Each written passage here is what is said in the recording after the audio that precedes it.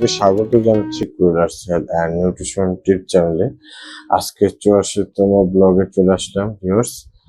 Important একটা topic নিয়ে আলোচনা করছি। তো আজকের টপিক শিশুর জন্য গ্রোথ হরমোন কেন কখন।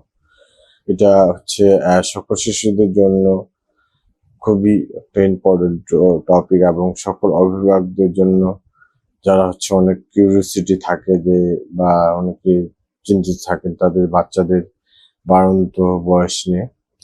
একটি শিশু লম্বা হওয়ার জন্য শরীরে যে হরমোন বিশেষ ভূমিকা রাখে সেটির নাম গ্রোথ হরমোন। গ্রোথ হরমোনের ঘাটতি হলে শিশু খর্ব হতে পারে। অনেকে মনে করেন গ্রোথ হরমোন দিয়ে সব খাটো শিশুকে লম্বা বানানো সম্ভব। ইদানিং লক্ষ্য করা যাচ্ছে যে কিছু অভিভাবক তাদের শিশুকে লম্বা করার জন্য গ্রোথ হরমোন দেওয়ার জন্য হচ্ছে খুব চিন্তিত থাকেন এবং গ্রোথ হরমোন দেওয়ার জন্য আর্জি করেন, যা যুক্তিসঙ্গত নয়। লম্বা হওয়ার জন্য গ্রোথ হরমোন এককভাবে দায়ী নয়। একটি শিশু কিভাবে বাড়বে বা লম্বা হবে তা অনেক কিছুর উপর নির্ভর করে। গ্রোথ হরমোন ছাড়াও শিশুর সঠিকভাবে লম্বা হওয়ার জন্য দায়ী তা হলো গর্ভাবস্থায় শিশুর স্বাস্থ্য, তা আবার মায়ের সুস্থতার উপর নির্ভর করে।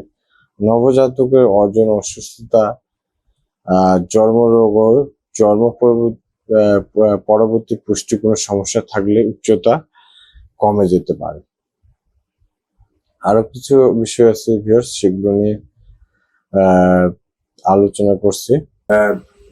তাছাড়া হচ্ছে থাইরয়েড হরমোন ও গ্রোথ হরমোনের অভাব বা অকার্যকর উল্লেখযোগ্য। একজন শিশু হরমোন রোগ শিশুর সার্বিক অবস্থা বিবেচনা করে লম্বা হওয়ার অন্তরায় অন্যান্য কারণের সাথে যথাযথ ব্যবস্থা গ্রহণ করেন এবং পরীক্ষা নিরীক্ষা করে দেখেন যে গ্রোথ হরমোন প্রয়োজন কিনা।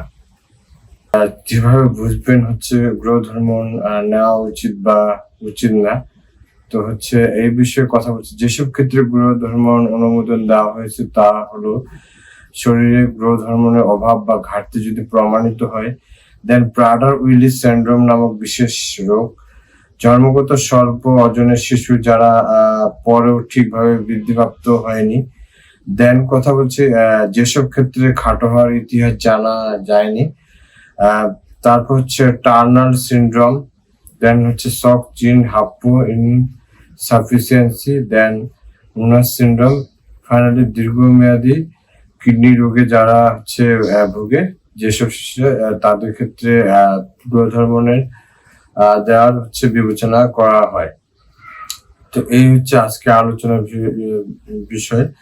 তো আজকে হচ্ছে 84তম ব্লগে আলোচনা করলাম শিশুর জন্য গ্রোথ হরমোন কেন কখন। আজকের এটা হচ্ছে টপিক। তো দেখতে দেখতে চলে আসলাম শেষ পর্যায়ে। ইম্পর্টেন্ট একটা টপিক এবং জটিলতম একটা টপিক। আলোচনা করতে অনেক কিছু চিন্তা ভাবনা করতে হচ্ছে এবং এই টপিকটা আসলে আমি হচ্ছে প্রথম আলো ভালো থাকুন যে আলোচনা করা হয় অধ্যাপক ডক্টর রবি বিশ্বাস, শিশু রোগ হরমোন বিশেষজ্ঞ, অধ্যাপক ও বিভাগীয় প্রধান বাংলাদেশ শিশু হাসপাতাল ও ইনস্টিটিউটের। হ্যাঁ, ওনাকে অসংখ্য ধন্যবাদ। বিশেষভাবে কৃতজ্ঞতা জানাচ্ছি যারা হচ্ছে আমার ব্লগটি এতক্ষণ ধৈর্য সহকারে দেখেছেন এবং সেই সাথে সকল অনুরোধ করছি নিয়মিত নতুন নতুন ব্লগ, তাৎক্ষণিক ব্লগ পেতে হচ্ছে আমার চ্যানেলটি সাবস্ক্রাইব করবেন এবং বেশি করে ফলো এবং হচ্ছে লাইক দেওয়ার জন্য সকল অনুরোধ করছি। তো সকল সুস্থ থাকবেন, ভালো থাকবেন এই কামনা শেষ